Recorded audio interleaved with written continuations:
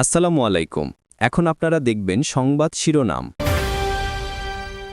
ক্ষমতার নয়, জনতার বাংলাদেশ দেখতে চায় তরুণ ভোটাররা।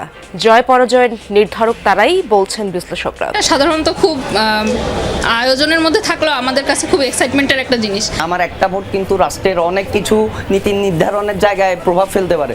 নারীদের জন্য একটা নিরাপদ বাংলাদেশের ইশতেহারগুলো যারা আমাদের কাছে ব্যক্ত করতে পেরেছে, আমরা মনে করি তরুণরা তাদেরকেই বেছে নেবে। নির্বাচনী ইশতেহারে ক্রিয়েটিভ ইকোনমির রূপরেখা দেবে বিএনপি। বড় শিল্পের বাইরে উদ্ভাবনী উদ্যোক্তাদের জায়গা দিতে চায় দলটি। আমাদের ম্যানিফেস্টোতে আপনি দেখবেন ক্রিয়েটিভ ইকোনমির একটা চ্যাপ্টার থাকবে। এই লোকগুলোকে আমরা ইকোনমিক কর্মকাণ্ডের সাথে ইনশাআল্লাহ নিয়ে আসবো, যাতে তারাই অংশীদার হয়, তাদের জীবনযাত্রার মান উন্নয়ন হয়। বিএনপি চেয়ারম্যান তারেক রহমানের সঙ্গে প্রণয় ভার্মার বৈঠক। আলাদা সাক্ষাৎ করেছেন তুরস্ক ও মিশরের রাষ্ট্রদূতের সাক্ষাৎ। ভোটে অন্তরায় হতে পারে অবৈধ ও লুট হওয়া অস্ত্র। চুয়াডাঙ্গার ভোটার হয়েছেন 18,000-এর বেশি প্রবাসী শ্রমিক। রাজধানীর বনশ্রীতে স্কুল ছাত্রীকে নির্মমভাবে হত্যা। নিজেদের রেস্তোরাঁর কর্মচারী সন্দেহ করছে পরিবার। পরে বটি দিয়ে কাটা হয়েছে। আমার ভাইয়ের রুমে বটি ছিল। আমি সন্দেহের তালিকায় আমাদের যে স্টাফটা মিলন নাম। আইসিসির মেইল আসতে পারে সোম-মঙ্গলবার। ভারতের কোনো ভেন্যুতেই বিশ্বকাপ খেলবে না বাংলাদেশ, জানালেন বিসিবির সভাপতি। কালকে তো দুবাই বন্ধ, সো হয়তো সোম-মঙ্গলবারের দিকে হয়তো গভর্নমেন্টের সাথে আমরা আলোচনা করে সিদ্ধান্ত নেব, এবং যেখানে আমরা দাঁড়িয়েছিলাম এখন সেখানেই আছি। আসসালামু আলাইকুম। এখন দেখবেন সংবাদ বিস্তারিত। রাষ্ট্র সংস্কার এবং বাংলাদেশ বিনির্মাণে আসন্ন নির্বাচনে নির্ধারক হবে তরুণরা। শিক্ষা, স্বাস্থ্য, নারীর নিরাপত্তা কিংবা অংশগ্রহণমূলক নির্বাচনকে গুরুত্ব দিতে তরুণদের মতামত আলাদা ব্যবধান তৈরি করবে। তরুণদের প্রত্যাশা, নির্বাচিত সরকার গড়বে ক্ষমতার নয়, জনতার বাংলাদেশ। অভ্যুত্থান পরবর্তী নির্বাচন নিয়ে তারুণ্যের ভাবনা জানতে চেয়েছেন সহকর্মী আহমেদ রেজা। 2024-এ দেশের ইতিহাসে অবিস্মরণীয় গণঅভ্যুত্থানে পতন হয় ফ্যাসিবাদী শাসন ব্যবস্থার। প্রবল পরাক্রমশালী শাসকের পতন হয় তরুণদের জুথবদ্ধ আন্দোলনে। এরপর থেকেই দেশের রাজনীতিতে আরও গুরুত্বপূর্ণ হয়ে ওঠে বাংলাদেশের তরুণরা। পরিবর্তিত পরিস্থিতিতে আসন্ন ত্রয়োদশ জাতীয় সংসদ নির্বাচনেও আলোচনার মূলে বিপুল সংখ্যক তরুণ ভোটার। প্রায় 13 কোটি মোট ভোটারের মধ্যে 30 থেকে 35% তরুণ। ফলে মোট ভোটারের 1/3 তরুণ ভোটারই হতে যাচ্ছেন চলমান রাজনীতি আর নির্বাচনের বড় প্রভাবক। কমিশন ও সরকার বলছে আসন্ন নির্বাচন হবে প্রতিদ্বন্দ্বিতাপূর্ণ। ফলে সেই আয়োজন ঘিরে তরুণদের ভাবনা, মূল্যায়ন। এই 1/3 ভোটের ক্ষেত্রে বাকি 2/3-এর মতো করে রেশিওতে ভাগ হবে না। এদেরকে যারা অ্যাট্রাক্ট করতে পারবেন, বিশেষ করে তাদের কর্মসংস্থানের প্রশ্ন আছে, তাদের ভবিষ্যৎ নিয়ে টেনশন আছে, এই স্প্লিটের উপরে ডিপেন্ড করবে এবং অবশ্যই একটা খুব গুরুত্বপূর্ণ ডিসাইডিং ফ্যাক্টর হবে। বিপুল সংখ্যক তরুণই বাংলাদেশের ভবিষ্যৎ জনশক্তি।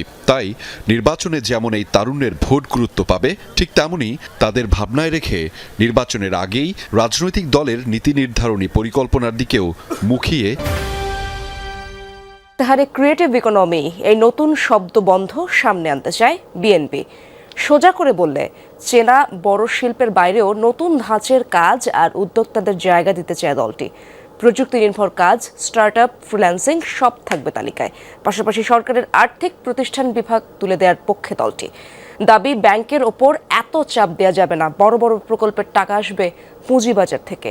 আর বাজারে নিত্যপণ্যের দামে লাগাম টানবে ডিজিটাল নজরদারি। 91 সালে ক্ষমতায় এসেই রাষ্ট্র নিয়ন্ত্রিত বাণিজ্যের ধারণা ভাঙে বিএনপি। বেসরকারি খাত খুলে দেওয়া হয়, বিদেশি বিনিয়োগের সুযোগ বাড়ে, সহজ হয় আমদানি রপ্তানি নীতি। তখন থেকেই দেশের অর্থনীতি একটু করে গতি পায়। 4 থেকে 5% ঘরে ঘোরাফেরা শুরু করে জিডিপির প্রবৃদ্ধি। যদিও রাজনীতির টানাপোড়েনে সেই গতি বারবার ধাক্কা। অর্থ পাচার থামেনি, খেলাপি ঋণ বেড়েই চলেছে, বাজারে সিন্ডিকেটের জোরালো দাপট। আগের সরকার এসব সামলাতে পারেনি, এই অভিযোগ দীর্ঘদিনের। বর্তমান প্রশাসন সংস্কারের কথা বললেও সেই কাঙ্ক্ষিত গতি। বাস্তবতায় বিএনপি বলছে আবার বাজারমুখী পথে ফিরতে হবে, তবে এবার শুধু বড় শিল্প নয়। ক্ষমতায় গেলে নজর থাকবে কর্মসংস্থানে, সামনে আসবে উদ্ভাবনী স্টার্টআপ, প্রযুক্তি নির্ভর পেশাদার আর ছোট উদ্যোক্তারা। পুঁজির যোগান বেশি পাবেন এসএমই উদ্যোক্তারা। অর্থনীতিতে প্রত্যেক গোষ্ঠীকে যে ইন্টিগ্রেট আমাদেরকে করতে হবে, এটাই কিন্তু জিডিপি। খালি ম্যানুফ্যাকচারিং দিয়ে জিডিপি হয়। এটাকে বলে ওরা ক্রিয়েটিভ ইকোনমি নাও। আমাদের ম্যানিফেস্টোতে আপনি দেখবেন ক্রিয়েটিভ ইকোনমির একটা চ্যাপ্টার থাকবে। এই লোকগুলোকে আমরা ইকোনমিক কর্মকাণ্ডের সাথে ইনশাআল্লাহ নিয়ে আসবো, যাতে তারাই অংশীদার হয়, তাদের জীবনযাত্রার মান উন্নয়ন হয়, তারা আরও কর্মসংস্থান সৃষ্টি করতে পারে। নতুন নতুন রেকর্ড ছুঁয়েছে খেলাপির, অথচ বড় ঋণের বিকল্প ব্যবস্থা তৈরি হয়নি। পুঁজিবাজারে মানুষের ভরসা কম, তাই বিএনপির ভাবনায় বন্ড মার্কেট চালু করা জরুরি, আর ব্যাংকের নজরদারি থাকবে শুধুই বাংলাদেশ ব্যাংকের হাতে। ফাইন্যান্স মিনিস্ট্রিতে আর্থিক প্রতিষ্ঠান বিভাগ থাকার কোনো সুযোগই নেই, এটা থাকবে বাংলাদেশ ব্যাংকের অধীনে। বাংলাদেশ ব্যাংক হচ্ছে ওভারঅল আর্থিক খাতের আপনার ওয়াচডগ, মনিটর করে ওয়াচডগ। সুতরাং কিছু আপনি অর্থ মন্ত্রণালয় নিয়ে যাবেন, কিছু বাংলাদেশ ব্যাংকে দেবেন, তাহলে তো এটার কোনো ওভারঅল আপনার যে স্বচ্ছতার মাধ্যমে এটা যে ওয়াচডগের আন্ডারে পরিচালিত হবে সেটা তো থাকতো না। প্রশ্ন ছিল বাজারে সিন্ডিকেট কিভাবে ভাঙবে। বিএনপির এই সিনিয়র নেতার জবাব, প্রযুক্তি এখানে আসল চাবিকাঠি। কৃষক থেকে ক্রেতা, পুরো সাপ্লাই চেইনে অপ্রয়োজনীয় দালাল কমাবে ডিজিটাল সেবা। যাতে একটা ফার্মার সরাসরি মার্কেটিং করতে পারে, এগুলো আজকাল টেকনোলজিতে আপনার বিভিন্নভাবে এগুলো চলে আসছে, ফার্মারদের হাতেও এগুলো আছে এখন আজকাল। তাকে যদি আপনি কানেক্ট করেন মার্কেটের সাথে সরাসরি, দেখবেন আপনি ওখানেও কষ্ট করে যাবে। আপনার আইন শৃঙ্খলার মাধ্যমে যে চাঁদাবাজি, রাস্তায় চাঁদাবাজি, তারপরে আপনার is of doing business, cost of doing business, যে এলিমেন্টগুলো আছে। তারেক রহমান দেশে ফেরার পর তাকে নিয়ে আন্তর্জাতিক মহলে আগ্রহ তৈরি হয়েছে। বিএনপি ক্ষমতায় গেলে কিভাবে দেশ পরিচালনা করবে সেসব বিষয় নিয়েও রয়েছে বিভিন্ন দেশের কৌতূহল। শনিবার ভারতের হাই কমিশনার এবং তুরস্ক ও মিশরের রাষ্ট্রদূতের সাথে সাক্ষাৎ করেছেন বিএনপি চেয়ারপারসন। শনিবার রাতে গণমাধ্যমে সেসব বিষয়ে কথা বলেন দলের যুগ্ম মহাসচিব হুমায়ুন কবির। বিএনপি চেয়ারম্যানের কার্যালয়ে প্রবেশ করে ভারতের পতাকাবাহী গাড়ি, ভেতরে সওয়ার হাই কমিশনার প্রণয় ভার্মা। বিএনপি চেয়ারম্যান তারেক রহমানের সাথে তার এই বৈঠকের ব্যাপ্তি ছিল 30 মিনিট। উপস্থিত ছিলেন বিএনপি মহাসচিব মির্জা ফখরুল ইসলাম আলমগীর ও স্থায়ী কমিটির সদস্য সালাউদ্দিন। শনিবার সন্ধ্যায় তারেক রহমানের কার্যালয়ে আসেন ঢাকায় নিযুক্ত আরও 2 দেশের রাষ্ট্রদূত। তুরস্কের রাষ্ট্রদূত রামিস সেনের পর আসেন মিশরের রাষ্ট্রদূত ওমর ফাহমি। সব মিলিয়ে ঘণ্টাখানেক ছিল 2 বৈঠকের দৈর্ঘ্য।